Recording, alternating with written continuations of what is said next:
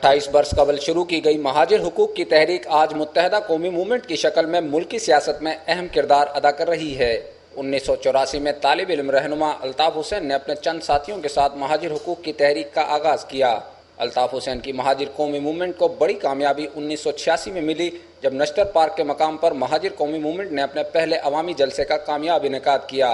इस जलसे ने मुल्की सियासत में हलचल मचा दी। बड़े बड़े सियासतदानों की आंखें हैरत ज़दा रह गईं। महाजिर मूवमेंट के अगले जलसे को सिंध के दूसरे बड़े शहर हैदराबाद में भी वही पजीराई हासिल हुई जैसा कि नश्तर पार्क में मिली थी।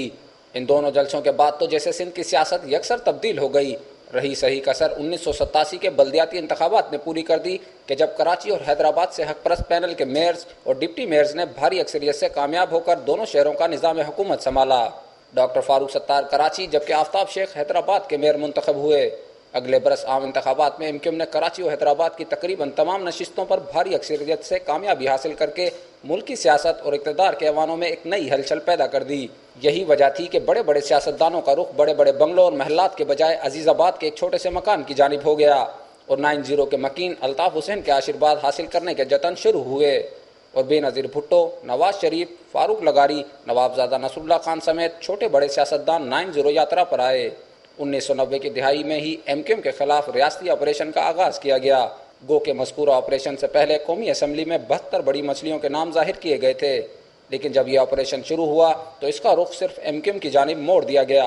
एमक्यूएम के कायद अल्ताफ हुसैन समेत पूरी क़यादत मंजर आम से हट गई।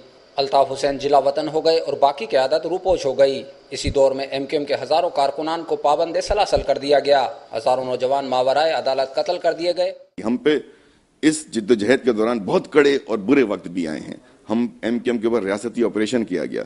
इस तहरीक में 15,000 से ज़ायद शहीदों का लहू शामिल है। ये उन शहीदा के लहू की कुर्बानियों का सदका है कि आज एमक्यूएम जो है वो इस मकाम पर खड़ी हुई है। ताहम 97 के आम इंतखाबात के बाद एमक्यूएम एक मरतबा फिर इत्तेहादी हुकूमत का हिस्सा बनी और एमक्यूएम ने दोबारा से अपनी सियासी सरगर्मियों का आगाज किया।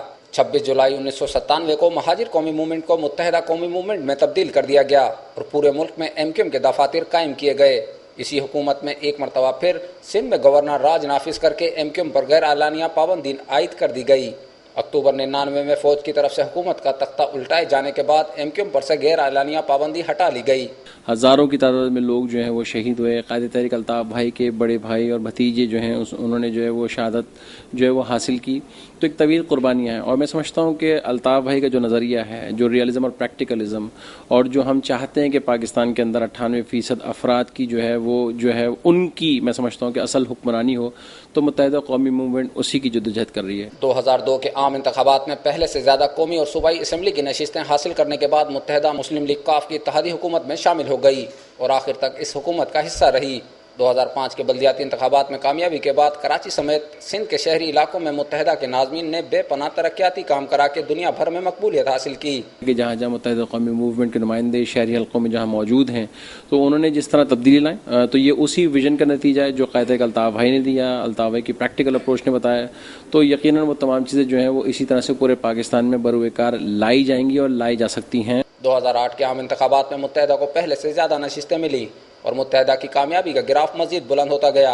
आज मुत्तहदा कौमी मूवमेंट के सिंध असम्बली में 55, कौमी असम्बली में 25 और सेनेट में 7 अरकान मौजूद हैं।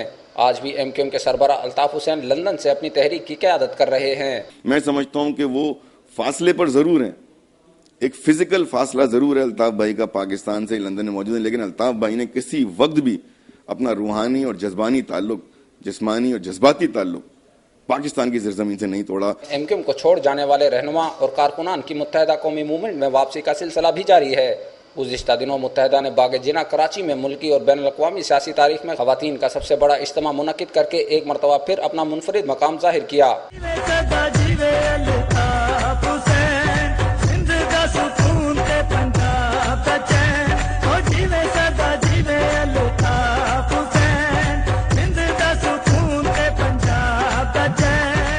एमक्यूएम ने सक्सेस मॉडल आपके सामने रखा।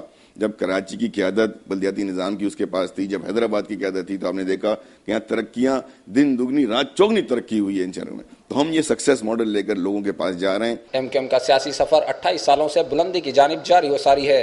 देखना यह है कि सिंध के शहरी इलाकों की तरह मुल्क भर में मुत्तहदा कौमी मूवमेंट को कब पजीराई मिलती है।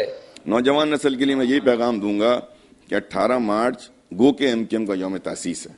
गो के ये मुत्तहिदा कौमी मूवमेंट के हवाले से एक बहुत ही अहम इवेंट है, लेकिन आप 18 मार्च को पाकिस्तान की निजात का दिन के तौर पर मनाएं, आप 18 मार्च को पाकिस्तान में तब्दीली के तौर पर मनाएं। हुर्रियत न्यूज़, कराची।